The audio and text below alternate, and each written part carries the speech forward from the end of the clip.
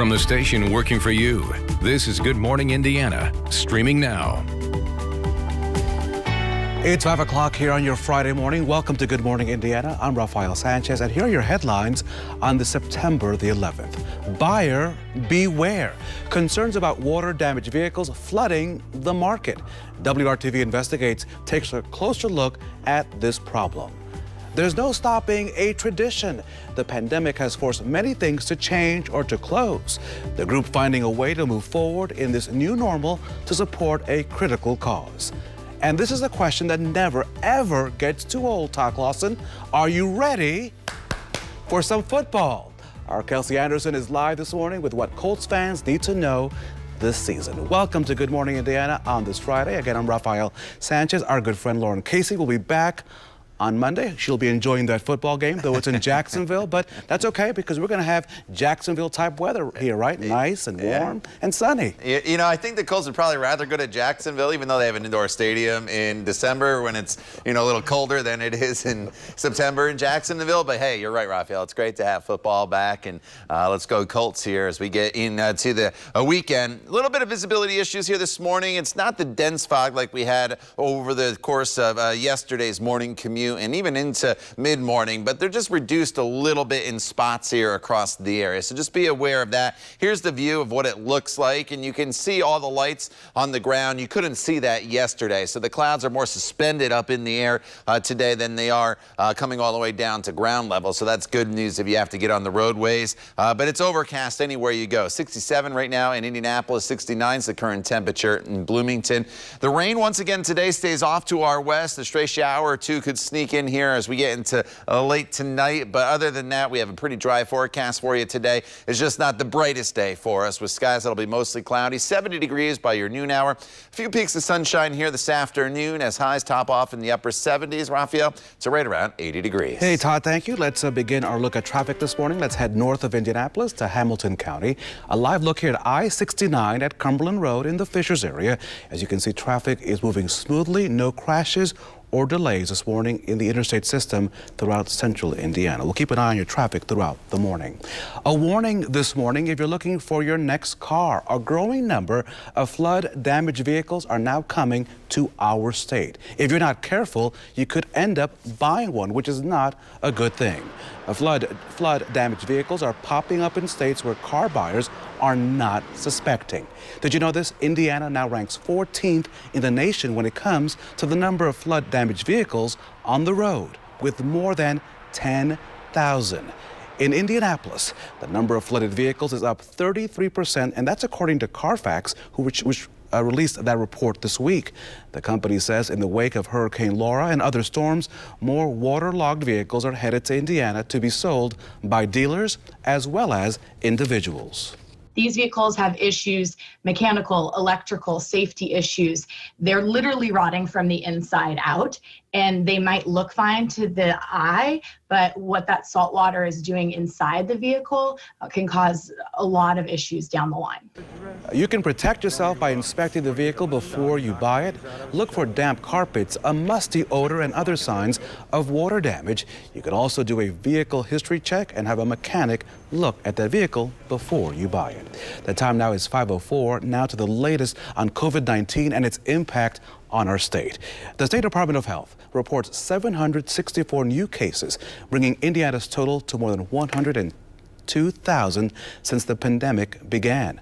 13 new deaths were also confirmed. The death toll now stands at 3,186. Indiana is investing millions of dollars to improve remote learning for grades K through 12 in our state. The state gave more than $2.7 million to Indiana University to lead this initiative. The money will support the project supporting teachers by creating course materials and additional training. IU East will also provide free tuition for 62 teachers to complete a graduate certificate in online instruction. It is also available since 2012, but the pandemic has increased the interest. Now let's take you to Delaware County, because in Muncie, Ball State University has postponed the commencement ceremonies that were scheduled for October and December all the way until at least May of 2021. In a statement, the school says due to the ongoing risk of COVID-19, it's simply not feasible to hold large social gatherings. And BSU's President Jeffrey Mearns says all 2020 grads will be able to participate in May or any other future commencements. The pandemic has been especially hard on restaurants, but dozens right here in central Indiana are still finding ways to help others. Some are continuing an annual tradition by participating in the Damien Center's annual Dining Out for Life fundraiser that happened on Thursday. The donated money will help them continue to support those living with HIV, managing their medicine, and providing counseling. To know that the community hasn't forgotten about us, because it is very easy with everything going on with COVID to think like that's the only thing going on, but HIV is still alive and well. I've still got to worry about it. There are people out there who need care. Typically, restaurants donate 50% of their proceeds to the Damien Center for the night. But some restaurants donated a smaller portion this year. Even though Dine Out for Life is over, you can still learn more about ways to help on our website, WRTV.com. Restaurants and hotels are getting some help as well. The National Future Farmers of America Foundation has donated $10,000 for Indianapolis businesses that are in need. The FAA formally holds its annual convention right here in the Circle City, bringing usually more than $35 million. But because of COVID-19, this year they decided to go online.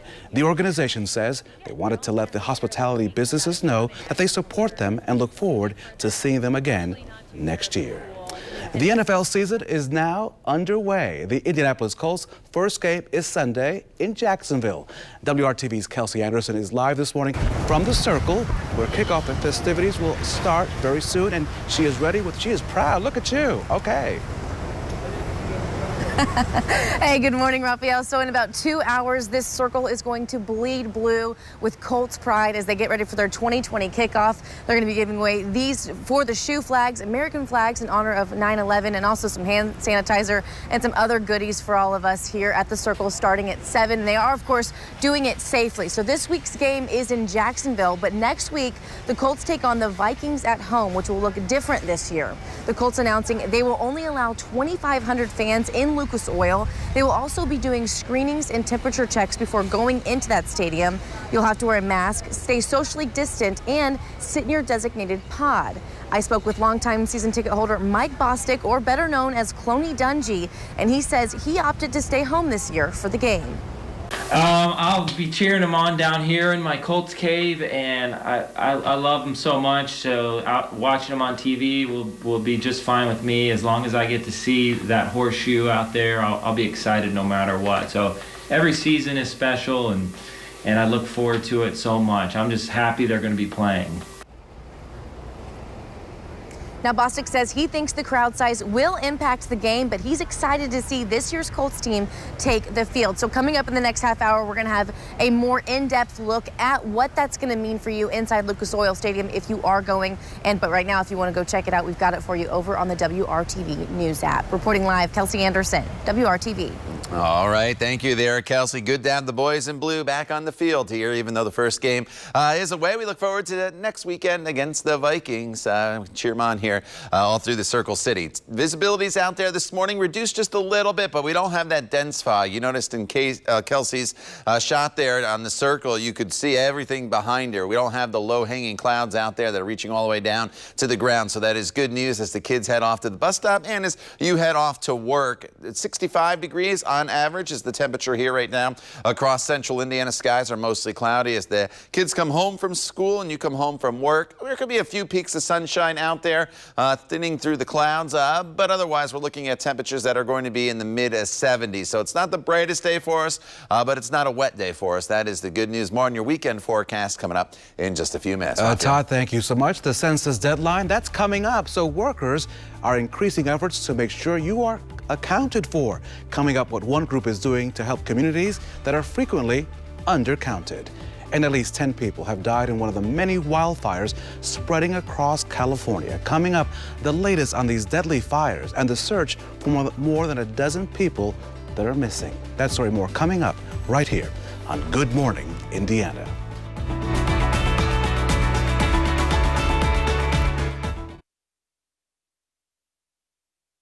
Welcome back to Good Morning Indiana. This morning, another push to get you to fill out your census form. The deadline to take part in the census is at the end of this month. Historically, the Black and Latinx communities have been undercounted in the census. The group Count Me Indy is working to reach those specific communities. The census is key because it influences how and where tax dollars will be spent on things like healthcare, education, and transportation programs. Count Me Indy says sharing your information is safe and is confidential. Everyone counts regardless of citizenship status. This information can't be used with law enforcement. It can't be shared with the IRS. Even the President of the United States does not have access to census data for 72 years. The federal law, Title 13, protects census data. The limit is 72 years because that's considered a lifetime. You can take part in the census by mail, by phone, or online. The number to call is 844-330-2020. If you prefer to respond in Spanish, you can call 844-468-2020. And the website is 2020census.gov. The coronavirus has reshaped countless things, and today's ceremonies commemorating 9/11 will also look very different. Today marks 19 years since the terrorist attacks that killed nearly 3,000 Americans. There will be two ceremonies in New York City, one at the 9/11 Memorial Plaza and the other near the World Trade Center. There will not be any in-person readings of victims' names, which has become a tradition. President Trump and rival candidate Joe Biden both plan to go to the Flight 93 National Memorial in Pennsylvania. The president will deliver a speech in the morning, and Mr. Biden will visit later on. Hoosier families will be kept in limbo as the U.S. Senate fails to make a deal on the latest stimulus bill. The Republican plan failed to pass on Thursday in the Senate. It would have provided more unemployment money, but no additional stimulus checks for individuals. Now, this comes 4 months after House Democrats passed their plan. Starting Monday, travelers coming in from certain countries will no longer need to go through extra health screenings at the airport. In January, the CDC started taking temperatures and asking questions about COVID symptoms to people coming in from China, Iran, most of the continental Europe, and Brazil.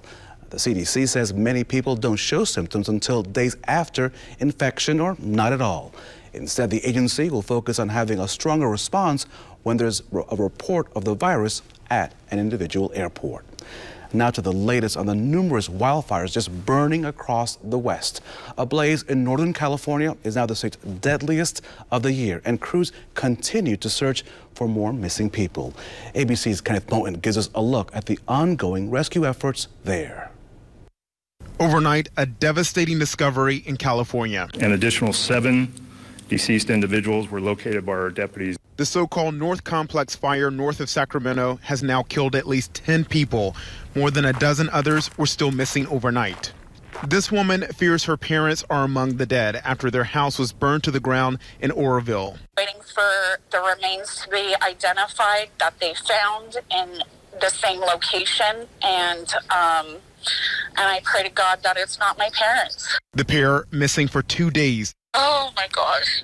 This is so heart-wrenching. Thousands in the area have already been forced to flee. More than 20,000 homes and businesses are in danger. It's burned more than 95,000 acres in just the past 24 hours. But the North Complex is just one of dozens of fires burning in the state. Fire crews are stretched thin. Some have been working nonstop for nearly a month. Meanwhile, in Washington state, residents left stunned by the aftermath of a massive fire that destroyed the town of Malden. I've seen tornadoes, I've seen earthquakes, I've seen waves wash out land, floods. I've never seen anything like this. And in Oregon, nearly 50 wildfires are burning throughout the state, killing at least 3 people. ABC's Matt Gutman is in Phoenix, Oregon. Officials say that they have not been able to assess the damage or the death toll because they are simply stretched too thin. And looking out over this, you can tell why the task for investigators of digging through this debris would be so daunting. Street after street, block after block, entire developments incinerated as far as the eye can see. Kenneth Moten, ABC News, New York. As you walk out the door here in central Indiana this morning, we're dealing with mostly cloudy skies, and unfortunately those clouds are going to hang tough throughout much of the day today. Cloudy skies this morning, still cloudy this afternoon. The words kind of got cut off there, but not much of a change as we head into the evening hours. Any change would be clouds just thinning in some spots for a little peak of sunshine here or there, and the best chance of seeing that would be in southern locations. This morning temperatures are in the 60s. 65 in Muncie, 69 is the current temperature in Bloomington. You can see behind the numbers here, we still have those low clouds that are just kind of hanging in place all across central Indiana. We couldn't get rid of them yesterday afternoon, even though they tried to thin in spots. But as we worked our way into the course of the afternoon hours, at least temperatures got up into the 70s. As we work our way throughout the day, this got changed on me. We were looking ahead to the evening instead of the morning hours, but we'll hold pretty steady temperature-wise in the morning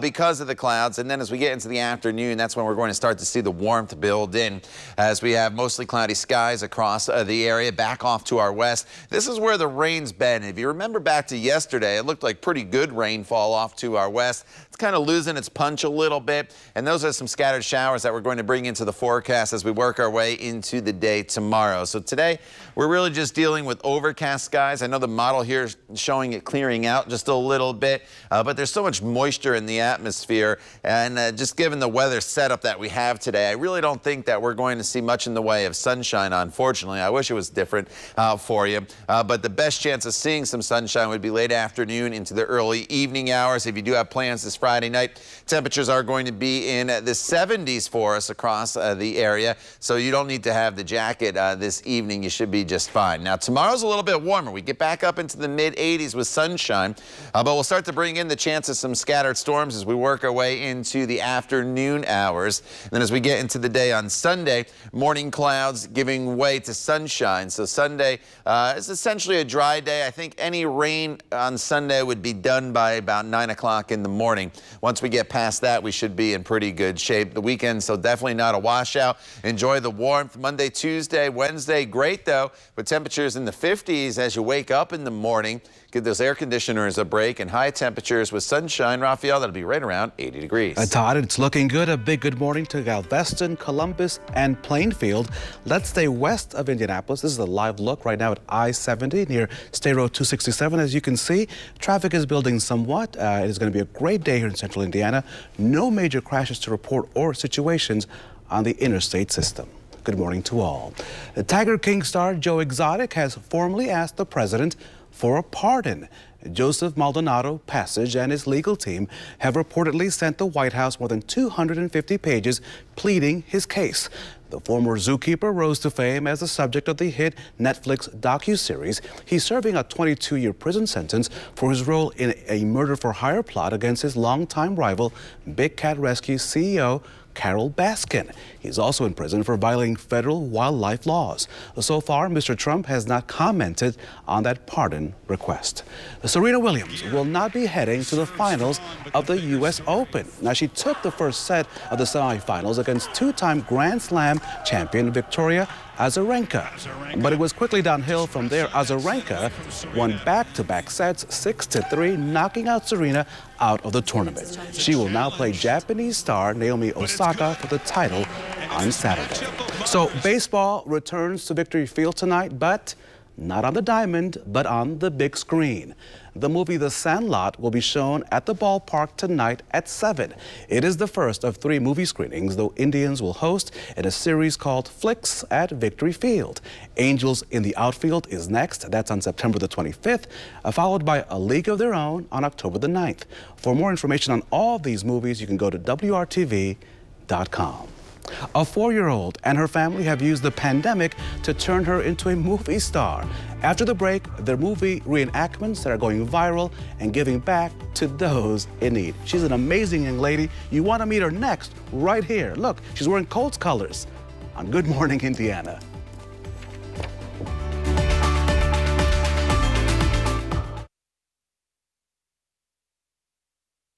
So you have to meet this little girl from Connecticut. She's becoming really an internet celebrity for spouting famous lines from famous movies. Stop crying. in baseball. There's no crime in baseball. The viral video started as a fun family project to stave off quarantine boredom, but has also become a way to help others. The family is now using the videos to spread awareness and raise money for Feeding America, a charity to end hunger. So far, they've raised over $12,000. The family says, why not try to help as many people as you can while having some fun with your kids? What a great attitude. Another example, Todd Clausen, of people really working together. So if you can find the solution, and this young lady has, good for her. Right? Right? Absolutely. And I think one thing people might have noticed through this whole quarantine thing is how creative they can be. They might not even realize they had all these talents. And I don't even know all those movie references, but I can just, I can tell they're talented, and I just love the creativity. All right. I wish I had a nice creative forecast for you here today. But unfortunately, not much is going to change from start to finish throughout the day today. If anything, the temperatures obviously are going to go up, mid-60s here this morning, and then eventually climbing into the mid to upper 70s later on this afternoon. The one change will be, especially in southern locations, you'll have a better potential of the clouds thinning out for a little bit of sunshine late this afternoon. But overall today, Raphael is definitely going to check in as a mostly cloudy day. Todd, thank you so much. Indianapolis seeing a dramatic increase in homicides. Ahead on Good Morning Indiana, we're taking a deeper look at the numbers and the cause of this troubling trend. That and much more coming up right here on WRTV.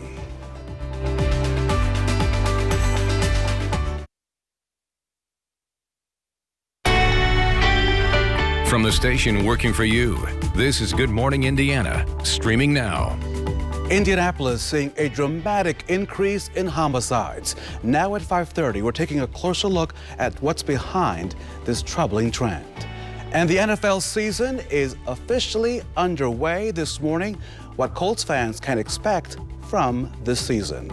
Good morning and welcome to Good Morning Indiana. I'm Rafael Sanchez. Lauren Casey is off. Let me call an immediate touchdown in the weather department. Considering yesterday at this time we were under that dense fog, things are much better. It's going to be a great Friday. Todd Clausen, we're going to score today. Yeah, you know, it's going to be great out there, Rafael. It might not be the brightest day for us, but we're dry, no rain, right? It's Friday. Have the weekend to look forward to, and we don't have that dense fog as you mentioned. Now, it's not the best looking picture this morning as you look from downtown to the north, but yesterday we had the dense fog, just a cloud that reaches all the way down to the ground. You can see the clouds today at least suspended a little bit higher up in the atmosphere. So as you take to the roads this morning, I don't think it's an issue on the roadways as far as visibility goes, but I'll just point out these numbers. They're reduced in some locations, especially to the north there up in Florida, and otherwise that is just about it. And these may fluctuate a little bit as skies try to clear in some areas, so I'll keep an eye on them for you. But the rain, that stays off to our west throughout the day today. Eventually some of those showers will make it in here late in the day tomorrow. 60s and 70s this morning across the board for temperatures, so it's fairly comfortable. Just a little bit of that damp feel. So partly to mostly cloudy skies throughout the day today. 60s through 11 a.m. Slow warming with the cloud cover in place this morning, and then eventually into the mid to upper 70s for your afternoon highs. Big good morning to Zionsville, Martinsville, and Carmel. As we take a look at your traffic this morning, your morning commute is picking up as the rush hour picks up at this time of day. It's 5:32. A live look at I-465 at Michigan Road. All looks fantastic in that section of the city.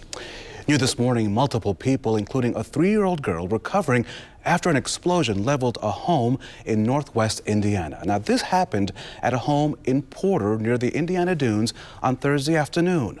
Porter Fire Chief Jay Craig says that crews found multiple people inside that home, a large fire at the rear of that building when they arrived. The 3-year-old was trapped under debris. Now, she was airlifted to a hospital in Chicago. The extent of the injuries are not known. Crews also rescued a woman that was trapped by fiery debris. A total of 7 people were injured in that fire. This morning, the cause of the explosion remains under investigation. Indianapolis is set to have another record year for homicides. So far, let's take a look at the rising numbers as we know them right now. Crime is continually falling in the country, and it's going to fall in 2020, but murder is up, and that's a very specific problem. Jeff Asher is the co-founder of a crime data consulting organization, telling RTV6 there is no clear answer to this, which unfortunately means there's no clear solution. So far this year, the city is at 130 criminal homicides. If the current pace continues, there will be around 195 by the end of the year. 16-year-old Naya Cope was one of the victims killed in Indianapolis this year. Her mother says they were driving through the city when a stray bullet hit her daughter. I got to my shooting, and before I knew it, Naya, a bullet had went, through my car and hit Naya. I'm not the only person that suffers this, A lot of people are suffering. That shooting happened back in May. There have been no arrests in the case. For more on this recent surge in violence in Indianapolis and how it compares to years past and what are police doing to combat it, plus overall crime trends, look for this story on our website, WRTV.com and the WRTV app. Now to the pandemic's impact on our state. New data shows that 764 more Hoosiers have tested positive for the coronavirus. That's a slight increase over Wednesday's numbers. A total of 102,243 people in our state have been diagnosed with COVID-19. The Department of Health also confirms 13 additional deaths. Since the pandemic began, 3,186 Hoosiers have died with the coronavirus. 1,164,141 people in Indiana have been tested for COVID-19. 8.8% of those have tested positive. Data from the state also shows that about 40% of Indiana's ICU beds are still available by COVID-19 patients, while non-COVID-19 patients are just using about 50% of those beds in our state. We should also point out that 81% of the state's ventilators are still available. Indiana lawmakers are preparing to partially move some of their 2021 legislative session activity out of the State House over coronavirus concerns. A joint House-Senate committee endorsed a plan this week to allow the 100-member House to hold its floor sessions and committee meetings in the auditorium and conference rooms in a state office building next to the State House. The 50-member state Senate is planning to keep meeting in the State House chamber, but it will convert its public gallery into seating for senators in order to allow sufficient distancing when the legislative session starts in January. Black and Latinx and Native American communities, they continue to be disproportionately impacted by COVID-19. And so now faith leaders from those communities are joining together for a new initiative. The goal is to get accurate and updated information about the virus and clinical trials into minority communities. To disseminate information that translates what can be, in many instances, the complexities of this virus in a way that allows it to be understood throughout the community, irrespective of levels of education. We are not here to recruit. We are here to educate, to ensure that whatever decision, whether leaders make and their parishioners make, and parishioners have their own networks. And so we are really looking at this each one teach one model. Let's put this in perspective. African Americans have historically had distrust in the healthcare system stemming from unethical research practices like the Tuskegee syphilis study that ended in 1972. There is varying interest and trust among minorities right now when it comes to those clinical trials. The process for applying for college financial aid is going to look a lot different for some families this fall because of the pandemic. The financial aid form, best known as the FAFSA, and the CSS profile used for non-federal aid will both become available on October the 1st. The financial aid forms will be based on income from 2019. Appeals and professional judgments are something that you may need to know and consider if your income changed this year because of the pandemic. Procedures vary for requesting a professional judgment, so you need to check with your school.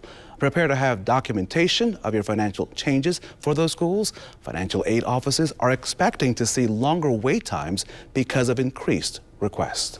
Football season is here. There are a lot of changes this year across the league. And this morning, WRTV's Kelsey Anderson joins us live with changes you'll see at Lucas Oil Stadium. She's a big fan. She has the flag out already. You go, Kelsey. You are proud. And there you go, all for the shoe. Hey, good morning. Yeah, so it's a lot of pride already down here at the Circle, and things don't really kick off until 7 o'clock as the countdown to kickoff begins this morning at 7 o'clock. The Colts will take on Jacksonville this weekend. But the big game everyone's talking about is next weekend, September 20th. That is the season home opener, and just 2,500 fans will be allowed in the stands. Now, there are some other changes that they're putting in place this season, and that's screenings and temperature checks before going into the stadium. You'll also have to wear a mask, stay socially distant, and sit in your designated pod. Now, tickets will all be mobile tickets, and all transactions will be cashless. Stephanie Pemberton with the Colts tells me they are making these decisions on a game-by-game basis in conjunction with the Marion County Health Department. You know, I think one of the things that we've learned, throughout the COVID pandemic is that, the situation is always very fluid. And so, our top priority is obviously the safety of our fans, of our players, coaches, and our community. And we want to make sure we're doing our part to protect all of those folks and to, continue to prevent the spread of COVID.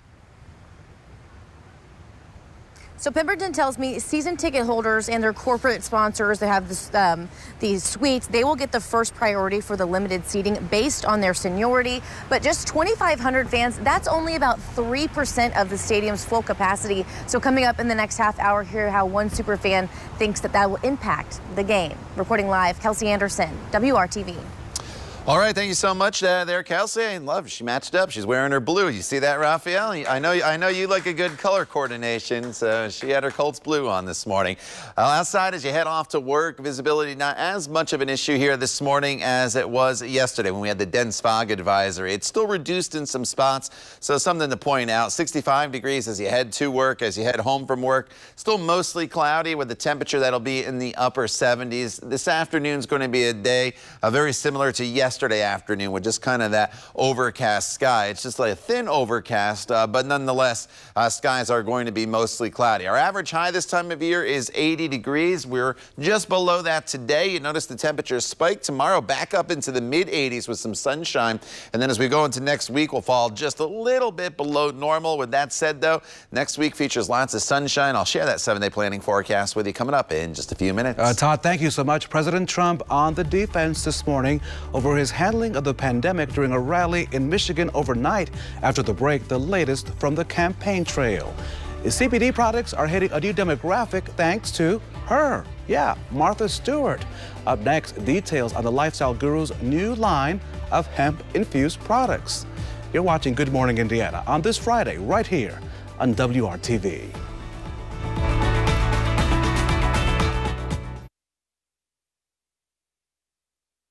Welcome back to Good Morning Indiana. That there is ground zero, and today marks a solemn day in our nation's history. On September the 11th, 2001, a terrorist hijacked 4 planes. 2 of them crashed into the World Trade Center towers in New York City, causing them, as you know, to collapse. Another crashed into the Pentagon, while a 4th went down in a field in Shanksville, Pennsylvania. The attacks claimed 2,983 lives. Former President George W. Bush declared the first Patriot Day just before September the 11th in 2002. Former President Barack Obama, he expanded the day in 2016 to include a National Day of Service and Remembrance. In New York City, a ceremony at Ground Zero will take place to mark 19 years since the terror attacks. Officials note there will be some additional safety measures because of the pandemic. Now, the biggest change is that this year there will be no live reading of the victims' names. Instead, organizers will play recordings of family members reading those names. Those in attendance are also expected to follow state and federal guidelines regarding social distancing. President Donald Trump, back on the campaign trail, of course, he did not lie, saying that he did not lie to the American people about the threat of the coronavirus. And that despite the fact that on newly released audio tapes, the president himself, he downplays the virus. ABC's Faith Abube is in Washington with the latest on this developing story. In Michigan, they wanted me to come out and scream, people are dying. President Donald Trump in front of a packed and mostly maskless crowd. When Hitler was bombing London, Churchill, great leader, would oftentimes go to a roof in London and speak. and he always spoke with calmness. No, we did it just the right way. Still trying to explain away his own words about not being frank with the American people over the deadly threat of COVID-19. I wanted to always play it down. I still like playing it down. Yes, sir. Because I don't want to create a panic. The president using his rally Thursday night to try to shift focus from the crisis while ripping into famed reporter Bob Woodward, who Trump agreed to talk to in 18 different interviews for his book, Rage. This whack job that wrote the book. Joe Biden on CNN putting the attention back on Trump. Think about it. Think about what he did not do. And it's almost criminal. And the virus is not his fault, but the deaths are his fault because he could have done something about it, Jake. Trump's own former national security advisor, John Bolton, calling out the president for saying this in private about COVID-19. It's also more deadly than your strenuous flus. While telling the American people this. It's a little like the regular flu that we have flu shots for. The American people are not children, they're adults. And the way a leader reacts is you tell them the truth. ABC's John Carl pressing Trump. Why did you lie to the American people, and why should we trust what you have to say now? That's a terrible question, and the phraseology, I didn't lie. What I said is we have to be calm. And many have asked why Woodward waited so close to the election to release these bombshell tapes. Well, Woodward is defending himself. He says he wasn't sure where the president was getting this information from, and he wasn't sure whether he was telling the truth. Faith Abube, ABC News, Washington. The time now is 5:48, and more than a dozen fire-related deaths have now been confirmed as major wildfires continue to rage on the West Coast. Satellite images you see there from the National Oceanic and Atmospheric Administration show parts of California, Oregon, and Washington state blanketed with smoke from those infernos. Fire crews from other states are now on hand trying to get the upper hand. According to the National Interagency Fire Center, more than 4.3 million acres have been scorched from dozens of active fires. The August complex fire in Northern California itself has scorched more than 471,000 acres. CAL FIRE says it's the largest blaze in state history. And in Washington state, roughly 600,000 acres were burned just this week, the most the state has ever seen in a single year except for 2015. It is now time to check your local forecast. Todd Clausen, we are hoping for a great weekend on this Friday. You know, it's definitely going to be brighter both Saturday and Sunday. So if you want to include today in the weekend, since it's Friday, today's probably the worst weather day, to be honest with you. Not that it's a terrible day, it's just not going to be the brightest day for us. And you can see as you look from downtown to the north, and I've been showing you this view. Earlier you could see a little more in the way of lights here across the city skyline. These clouds extending a little further closer to the ground, so that indicates visibilities are dropping just a little bit. Still nothing compared to yesterday when we had the school delays. We had the dense fog advisory that was in place, but just something to really point out as you do take to the roadways. Just know that the visibilities will fluctuate a little bit, and overall it's just kind of a damp morning as we were unable yesterday afternoon and then throughout the overnight hours as well to get rid of the solid overcast sky that we were dealing with for much of your Thursday. 70 in Greencastle, 69 in Bloomington, 67 in Indy, a little cooler to the north where temperatures are in the low 60s. And we've been tracking that real cold air off to our west, and it looked oh so close. And when you just looked at this map the past couple days, you're like, oh boy, it's going to get real chilly here across central Indiana. That never made it. We stayed on the warm side of things, and you can see off to our west, temperatures are starting to moderate here already now. And so we're just going to start to cool things off a little bit today. And then as we go into the weekend, the temperatures are going to go back up. Not only do the temperatures go back up, but the humidity does as well. So tomorrow is a pretty muggy day for us. But you notice that this yellow line, it goes way down as we go into Monday and Tuesday. Once the cold front comes through on Saturday, it is going to usher in an absolutely beautiful stretch of weather for us as we get into the early half of next week. Now, today's not the brightest day, as I mentioned, with the mostly cloudy skies, but 78 is fairly seasonable temperature-wise for us. And the rain is going to stay off to our west throughout much of the day today. So even though the skies look a little threatening, most of the showers will stay away, at least during the day today and for most of tomorrow as well. So this evening, it's Friday night. You may have plans. Look at this sunset, though.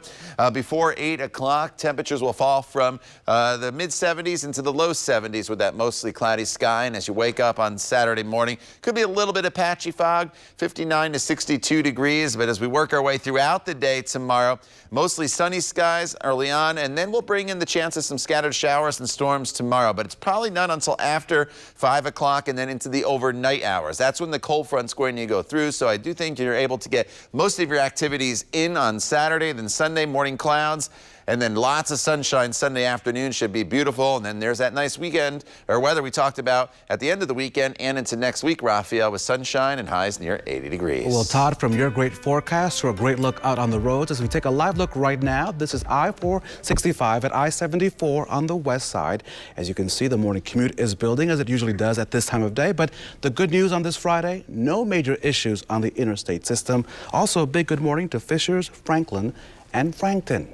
So it seems that hanging out with Snoop Dogg is rubbing off on Martha Stewart, the OG of lifestyle branding.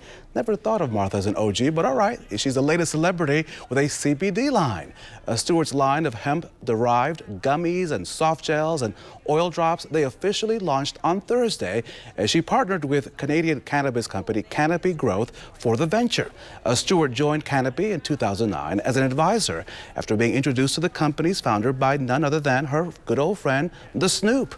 The line will also include pet products, which are expected to debut later this year. And remember that you can read more about this and all of our day's top stories by downloading the WRTV app. It is now 5:53, and you're watching Good Morning Indiana on this Friday.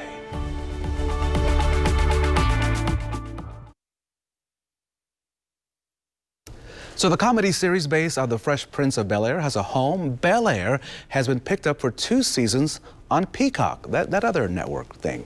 It's based on a viral video trailer that imagined the 90s sitcom as a modern-day drama.